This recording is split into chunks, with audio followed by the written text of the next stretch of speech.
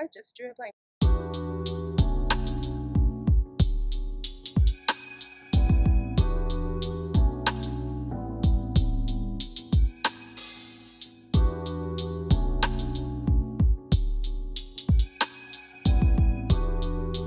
Hey y'all, it's Erica over at The Broken Spine. Welcome back to my channel, and if this is your first time here, thank you for stopping by.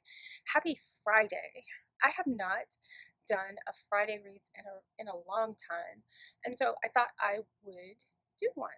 I've actually been doing a lot of pleasure reading, but not so much reading for class. And I mean, I know that's a shame on me kind of thing. Without further ado, let's just get into what I've been reading, what I will be reading this weekend, and what I'll be reading into next week. I haven't talked too much about this on my channel, that I am a judge for the Booktube Prize, and I for this round, this is actually my first round, and we're in the semifinals now, and you're charged with reading 6 books in whatever group that you're in, either fiction group A or fiction group B or nonfiction group A or B. I am in excuse me, I am in fiction group B, and I will tell you about the books that I am reading as I go along. One of the rules for the Booktube Prize is that we're not able to discuss the books, our thoughts, our opinions on the books, until after we have submitted our ballots and the next round of books has been announced. So, excuse me, having said that, I will tell you as best I can what I'm reading and give you a summary of that. So I'm going to hopefully go through this as quickly as possible because there's actually quite a bit to get through. Let's talk about the books that I am reading in Fiction Group B. The first book that I read was The Innocence by Michael Crummey. It's a historical fiction, and it's about an orphaned brother and sister who live in a harsh, remote part of Newfoundland. And the brother Everett is 12, and the sister Ada is 10 when they're orphaned. So their parents die pretty much one right behind the other. The mother dies first, the father goes to bury the mother, and then the father dies. But prior to that, there's a sister that was born that died prior to her being a year old. And it is just basically, it's about Everett and Ada's struggles to stay alive, to survive being orphans. And Michael Crummey does not state the time frame, but from the independent research that I did to try and find out when this took place, thereabouts, it takes place around sometime in the 19th century. The book that I am currently reading, and I just started that on Wednesday. So, and that's The Beekeeper of Aleppo by Christy Lefteri. And according to Goodreads, and since I haven't gotten very far into it, I can't really tell you what it's about other than what Goodreads says.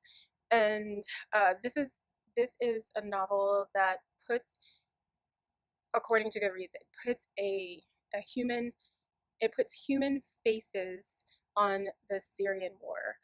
It's an immigrant story of Nuri, and Nuri is a beekeeper, and his wife Afra, who's an artist. And the novel supposedly follows their escape from Syria and them trying to immigrate to Britain and an uncertain future in Britain. My plan for that is to have that read so I can move on. I plan to have that read by the end of the weekend, Monday at the latest, fingers crossed, so that I can move on to the next book. I'm also reading Girl, Woman, Other by Bernardine Evaristo, and I don't feel like I really need to get into that because I feel like everybody knows what Girl, Woman, Other is at this point in time. After I finished the Beekeeper of Aleppo, another one that I've got to get back to the library is Tracy Chevalier's Single Thread, and that audiobook expires. Actually, I have the audiobook, and that expires in 10 days, I think. So I've got to get that done. So I'm going to start that as soon as I finish the Beekeeper of Aleppo. And then after that, I have The Dutch House by Anne Patchett, which is one that I was able to buy at one of my favorite used bookstores. And I got The Night Tiger by Yangsze Choo.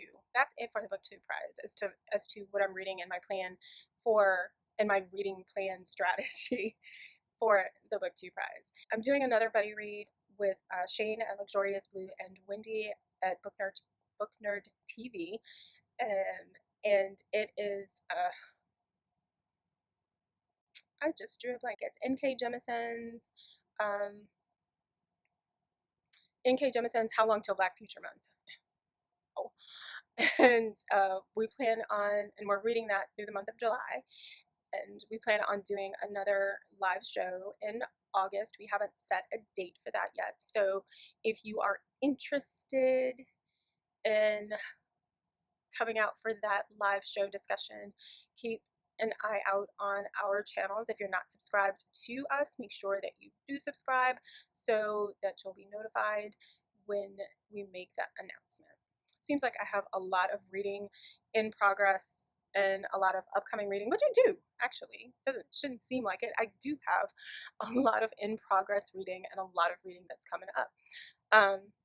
But surprisingly, I was able to finish some one little thing, and it was a short story by Rivers Solomon, and I had no idea about this short story, and I was kind of like, what? Well, how did that slip by me? Because Rivers Solomon, I'm absolutely in love with them, and how did I miss this short story?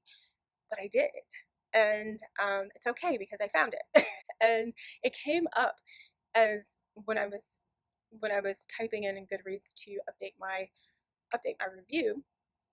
This short story came up, and I had also heard about it from Adri on Perpetual Pages. They talked about it, and I said, well, you know what? Let me just go ahead and read this real quick because they talked very positively about it, and I was just kind of holding off.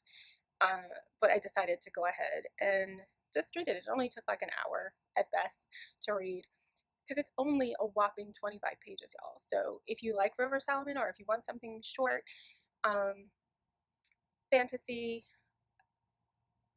weird, then definitely pick it up. You can read it for free on Tor.com. I have yet to tell y'all what the name of the story is, and it's called Blood is Another Word for Hunger. This gave me Beloved by Toni Morrison and The Color Purple by Alice Walker vibes. The story is about Sally, a 15-year-old slave girl who murders her mistress and four other women in the household when she finds out that the master was killed. And I think it takes place during the Civil War. After that, and I can't talk a whole lot about it because if I do, then I'll give a whole lot away. But after she kills these people, what ensues after that is it's a tale of death and rebirth and murder and necromancy and freedom, love, and hate. So it's a lot packed in there. It wasn't solely sold on the end, but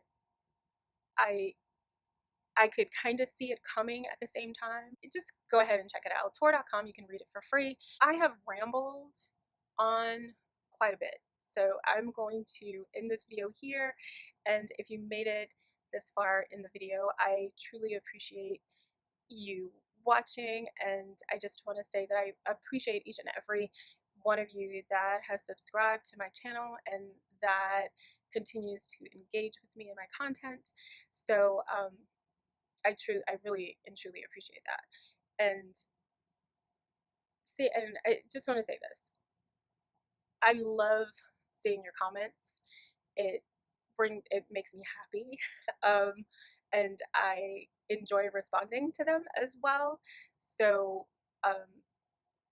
please, if continue to comment, and I will continue to respond to your comments. And I will. Oh, before I go, I have to give a big old shout out to Sasa. They have been really wonderful because they take the time, because I always forget to do this when I mention books in the description box. I always forget to put timestamps as to when I mention specific books.